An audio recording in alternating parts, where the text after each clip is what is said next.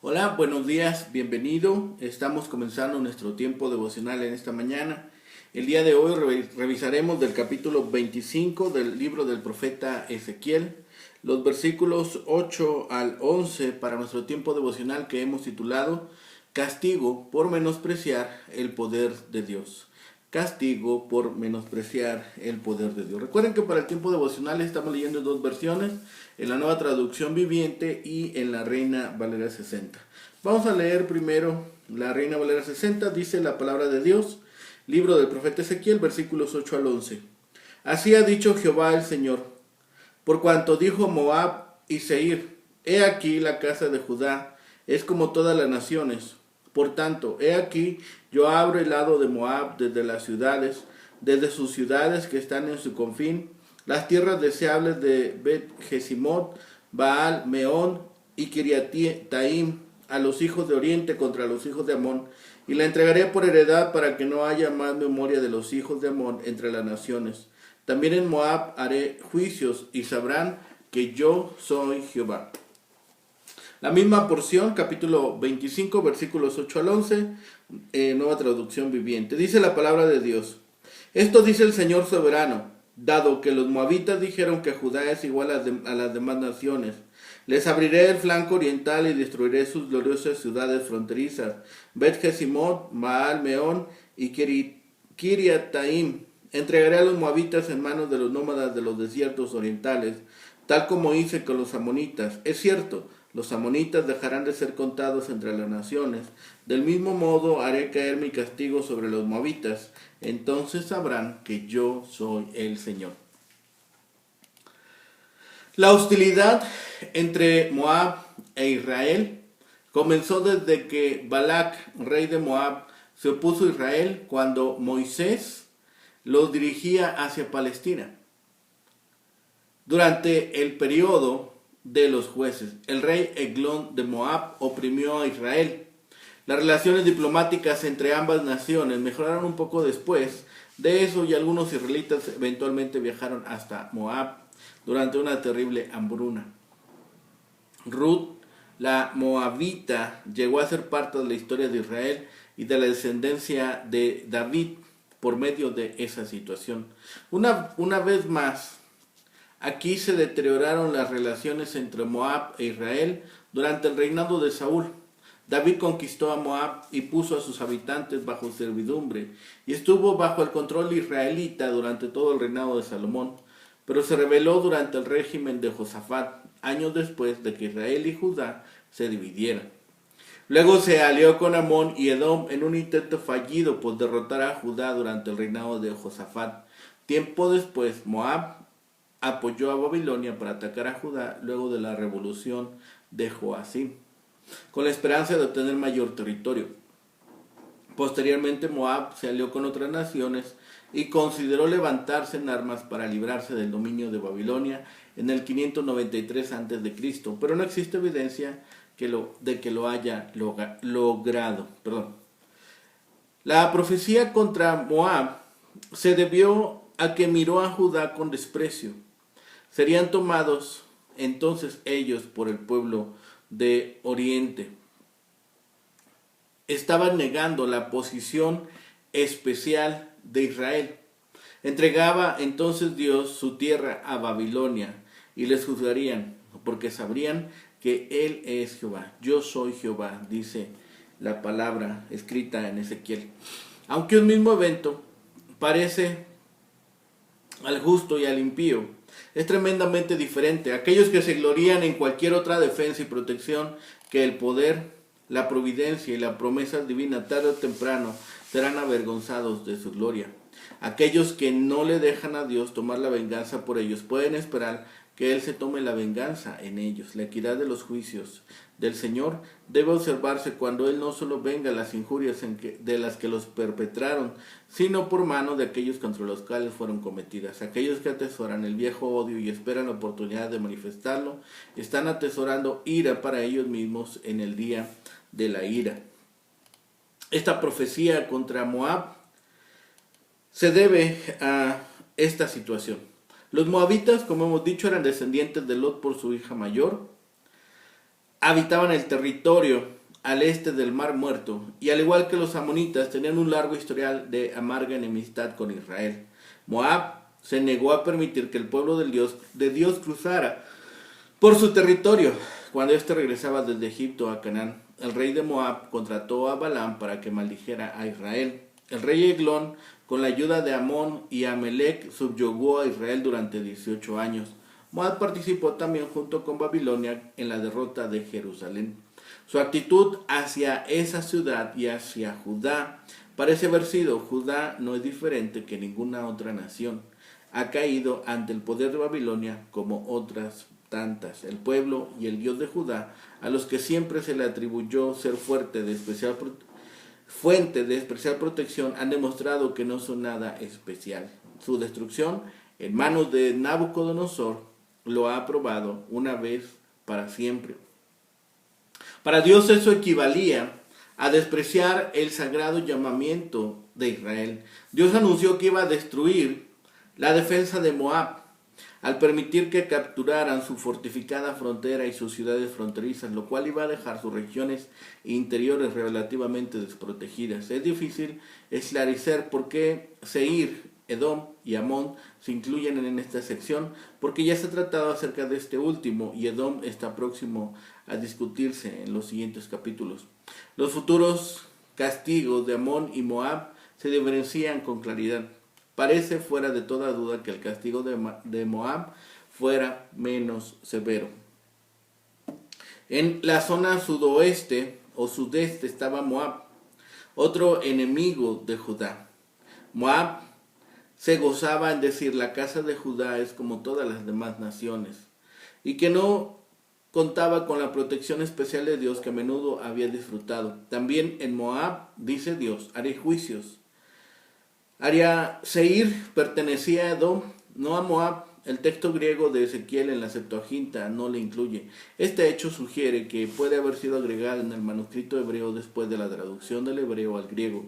Yo abro el lado de Moab desde las ciudades. Ha sido traducido: he aquí que voy a abrir su costado de Moab por parte de las ciudades que están en sus fronteras. Las ciudades que se mencionan han sobrevivido hasta nuestro tiempo.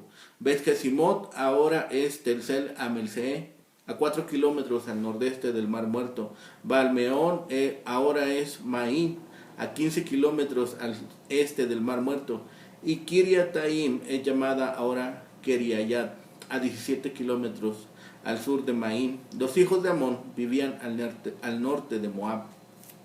Ezequiel declara que el pecado de Moab fue su menosprecio al pueblo de Dios, por cuanto dijo Moab y Seir: he aquí la casa de Judá es como todas las demás naciones. Seir era el nombre del sistema montañoso al sur del Mar Muerto que delimitaba el país de Edom. Esa palabra llegó a ser sinónimo de la tierra de Edom. De hecho, Edom se incluyó aquí con Moab, aunque el juicio de este viene después, porque era culpable del mismo pecado de envidia y desprecio. En sus burlas, Moab y Edom negaban que Dios hubiera hecho promesas a Israel. Al menospreciar la posición central de Judá entre las otras naciones, profanaban el nombre del Señor que había prometido ese puesto a Judá. Debido a que Moab trataba a Judá con desprecio, Dios eliminaría la vanagloria de Moab al abrir sus ciudades que están en su confín, dejando expuesto a los ataques su flanco norteño. Destruiría 3 ciudades: Bet-Jesimot, Baal-Meón y Kiriataim. La primera protegía el acceso a la meseta de Medeba, desde la planicie de Moab que se ubica junto al río Jordán. La segunda y tercera eran fortalezas importantes en la meseta de Medeba. Además de perder sus defensas, Moab también perdería su libertad. Dios le entregaría a manos de los hijos del oriente, la misma situación que sucedió con Amón. Las tribus nómadas del desierto iban a destruir a Amón, también arrasarían con Moab. Moab era ahora el objeto de la profecía. Está ubicado en Transjordania. Estaba justo al sur del reino amonita. Ezequiel promete que Moab caerá ante las mismas tribus invasoras que Amón. El profeta señala estas 3 ciudades debido a su importancia. Si ese fuera el caso, entonces probablemente se pensaría de que estas tierras volverían al control israelita en el futuro. No existe tal promesa. Es probable que la conquista babilónica terminara con Moab como un estado político, y esto abrió la región a la conquista desde el este, el mismo destino que esperaba, como hemos dicho, a Amón. La segunda nación sobre la cual viene este juicio es por esta situación de burlar y menospreciar el poder de Dios. Moab era una nación ciertamente hermana de Amón y tuvo un origen parecido, siendo descendientes de sus habitantes, de los habitantes de Lot por su hija mayor. En muchas ocasiones se aliaban los moabitas con Amón para luchar contra Israel y Judá. De acuerdo con esta profecía de Ezequiel, Moab había de esperar un destino parecido al de Amón, ser ocupada por extranjeros. Las ciudades que hemos mencionado, Bet Jesimot, Baal Meón y Kiriataim, no solamente eran fortificaciones, sino también eran las regiones más fértiles del país, llamada aquí por Ezequiel tierras deseables. Las dos últimas mencionadas figuran en la lista de la piedra moabita. Tres ciudades entre estas tres condenaciones van a sufrir esta calamidad. Decían los moabitas, la casa de Judá es como todas las demás. No hay nada especial en ellos. Pero sabemos que el pueblo de Judá es el pueblo escogido de Dios. Pensaban así que Dios, el Dios de Israel, no era más poderoso que cualquier otro Dios de las demás naciones. Negación blasfema del poder de Jehová a través del desprecio de su pueblo, que Jehová mismo se encarga de vengar, escribe Asensio. En efecto, así Dios va a castigar a Moab por este pecado. Su país sería destruido como el de los amonitas.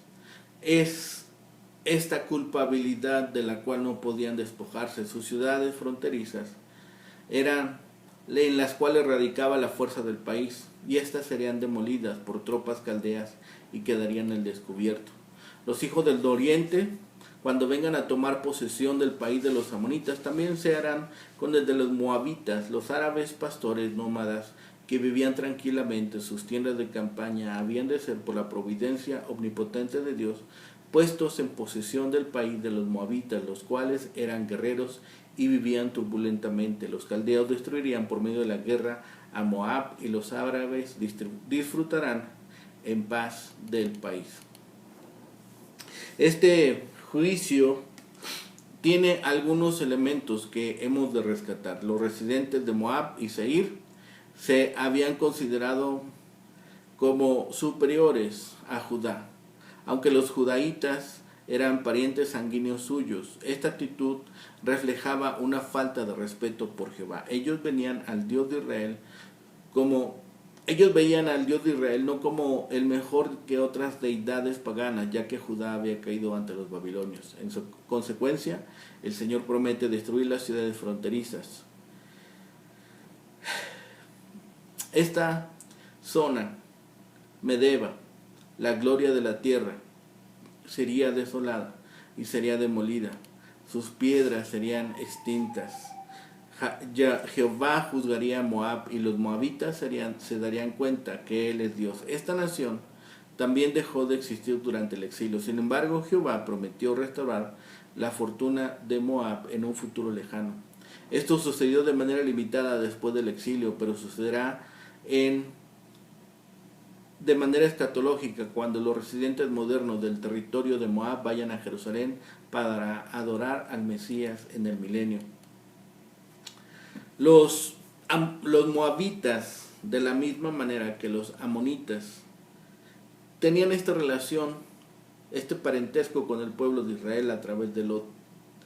La ubicación geográfica de sus tierras indicaba que eran descendientes de Moab al sur de los amonitas. Las fronteras de Moab en dos lados estaban bien definidas y establecidas por barreras naturales. Al oeste estaba el mar Salado, el mar Muerto, y el Jordán en su ingreso a este mar. Al sur estaba el gran cañón del arroyo Seret, que dividía Moab de Edom, y al este el desierto. La frontera norte era la menos definida. El cañón del arroyo Arnón fue su límite tradicional, aunque en muchas ocasiones ocuparon las llanuras fértiles que se encontraban al norte del mismo. En la Biblia se han conservado los nombres de muchas ciudades moabitas. A pesar de esta relación con los israelitas, cuando estos pidieron permiso para pasar por la carretera real que atravesaba su tierra, en su viaje a la tierra prometida les fue negado. De la misma manera que con Amón a Moisés se le prohibió atacar a Moab a pesar de su falta de amistad. Fue Balac quien pidió a Balaam que lo maldijera, que había acampado al otro lado del Arnón, mientras Israel se preparaba para cruzar el Jordán.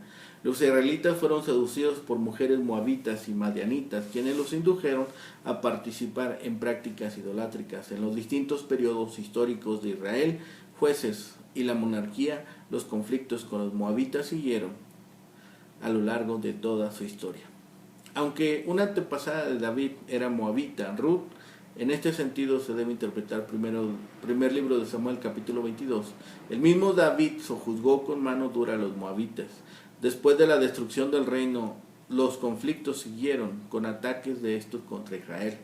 De acuerdo con el segundo libro de Reyes, capítulo 24, versículo 2, tropas de moabitas formaban parte del ejército caldeo en sus distintos ataques a Jerusalén. El pecado que habían cometido, comparado con los mensajes contra los moabitas que se encuentran tanto en Isaías como en Jeremías, la extensión del texto dedicado a Moab es significativamente más corto. Es tan breve que se resume en una sola frase. Por cuanto Moab y Seir han dicho, he aquí la casa de Judá es como las demás naciones. Dos preguntas se pueden hacer sobre esta frase. La primera es, ¿en qué momento hicieron esta afirmación? Como respuesta se puede tener presente lo que ya se ha mencionado, que las tropas moabitas participaron en la primera toma de Jerusalén. Es posible que la frase se haya dicho en ese contexto y expresar alegría por lo que estaba pasando al pueblo de Israel. La segunda pregunta es, ¿cuál es el pecado que cometieron? Se pueden hacer dos observaciones acerca del alcance de la frase. Por un lado, teniendo en cuenta que el mismo texto bíblico, los propios israelitas querían ser como las demás naciones. Parece que el uso de esta expresión tiene el sentido de una burla. Algo así como al fin y al cabo son como los demás. Su Dios tiene la misma fuerza que el de los otros. Por otro lado, y relacionado con lo anterior, se debe considerar que no se trataba de un ataque contra Israel, sino contra Dios mismo. En su burla estaban menospreciando a Dios y Dios no tolera ese tipo de afirmaciones blasfemas. El castigo que vendría sobre ellos. La respuesta de Dios ante el pecado de Moab es presentado en el texto por tres afirmaciones que tienen a Dios como sujeto. La primera se encuentra en el comienzo, versículo 9. He aquí yo abro el flanco de Moab desde sus ciudades. Se trata de una frase que necesita una explicación.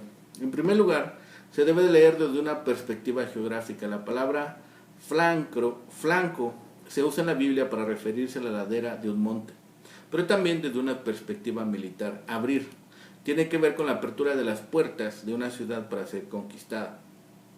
Esta primera acción de Dios es que Él mismo abrirá para la conquista militar sus ciudades, conquista que vendrá desde las tierras deseables hasta completar todo el país. La segunda acción de Dios se encuentra en el versículo 10. Lo entregaré junto con los hijos de Amón a los hijos de Oriente.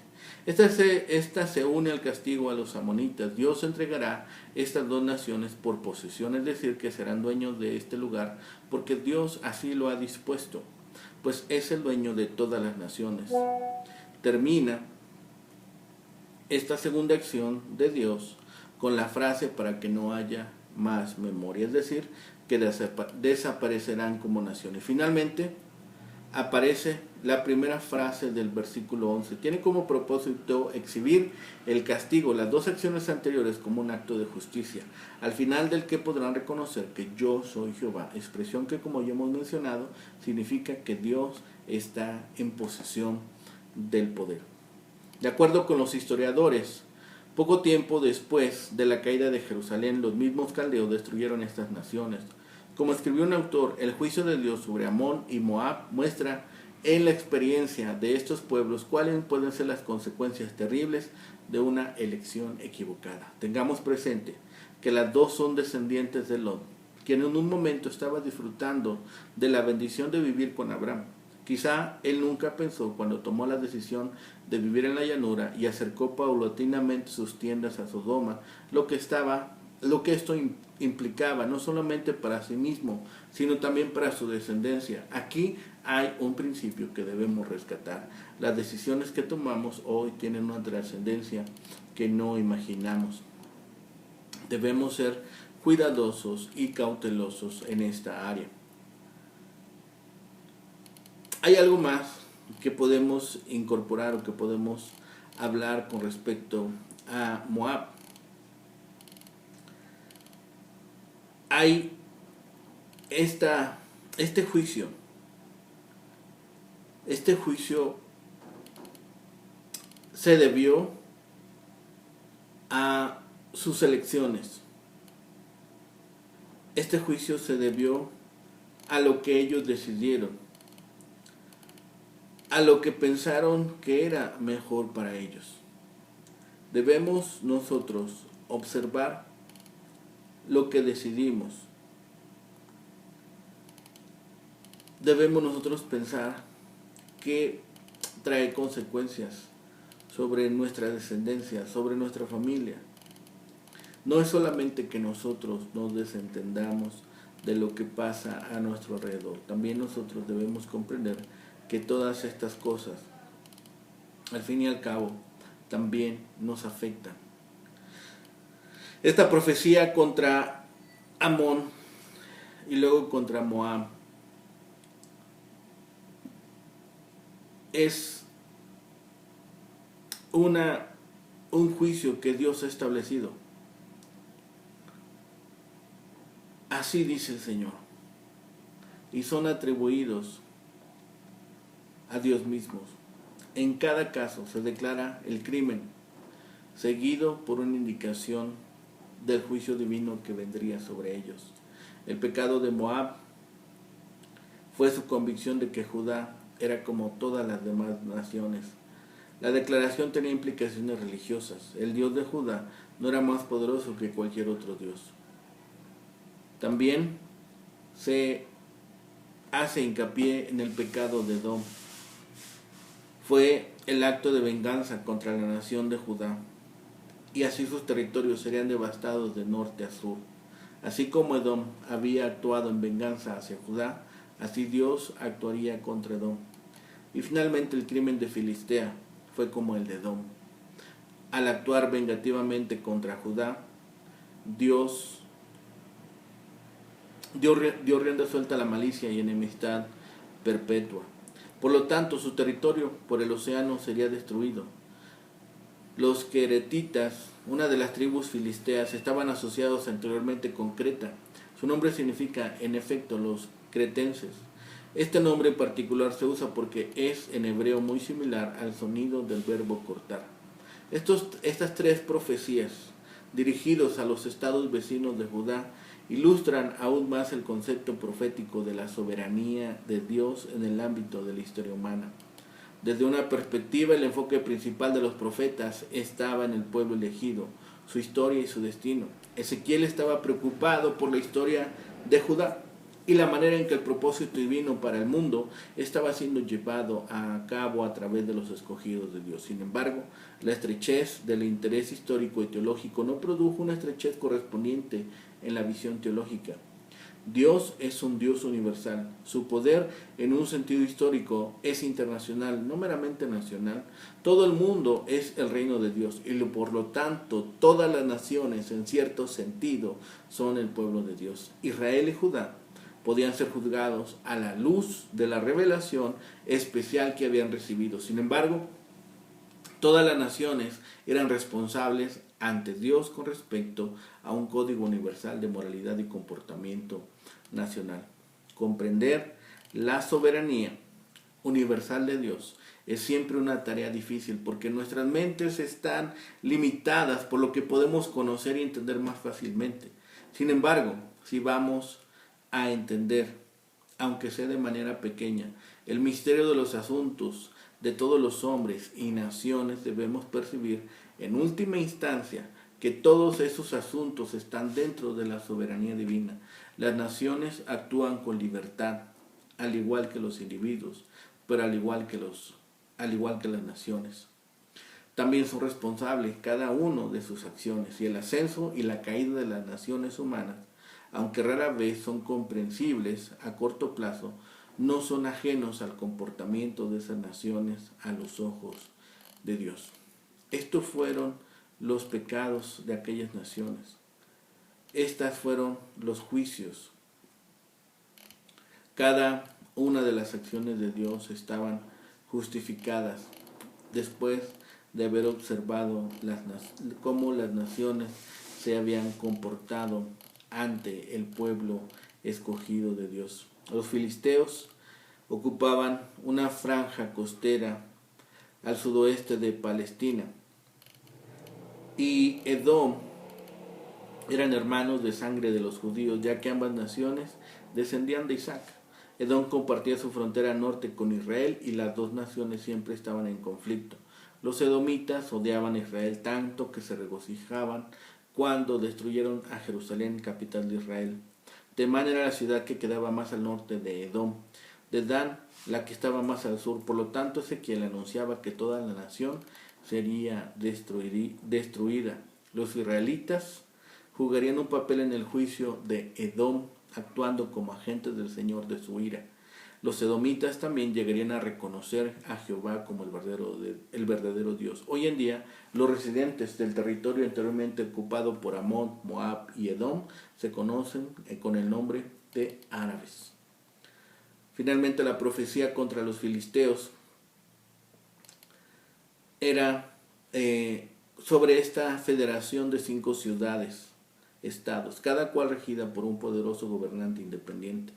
La rivalidad llegó a tal grado que pelearon y estaban descontentos con el actuar de Dios sobre estas naciones. Dios es quien gobierna las naciones y controla la historia.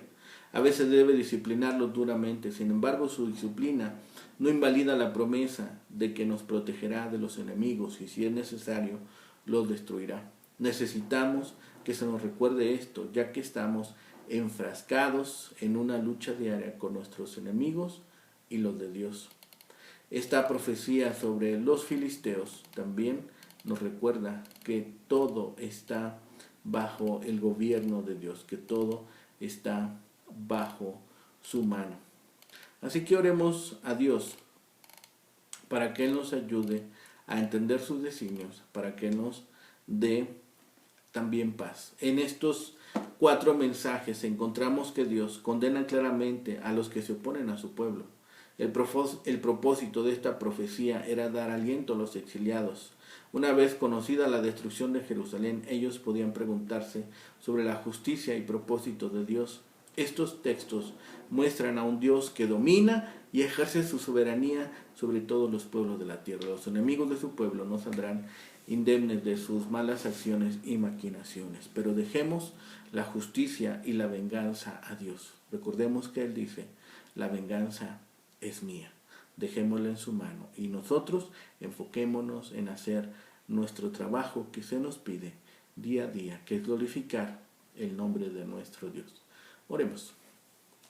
Bendito Padre Celestial, gracias te damos, Señor, por este tiempo. Gracias te damos, Padre, porque nos permites reunirnos en torno a tu santo nombre, Señor, orar y clamar a ti. Padre bendito, Señor, ahora ponemos en tus manos nuestras vidas, Señor, nuestras actividades de este día, Señor, y que en todo y en todas las cosas podamos glorificarte, Señor. Permítenos compartir con otros el mensaje de salvación, el mensaje de vida eterna, Señor, y que también ellos puedan rendir su vida totalmente a ti, Señor, y reconocerte como Señor y Salvador. Gracias, Señor, por todas tus bendiciones. Gracias, Señor, por tu amor inagotable. Todo lo pedimos, clamamos a ti y oramos, Señor, en el bendito nombre de Cristo Jesús, Señor y Salvador nuestro. Amén. Que el Señor les bendiga, que tengan un excelente día.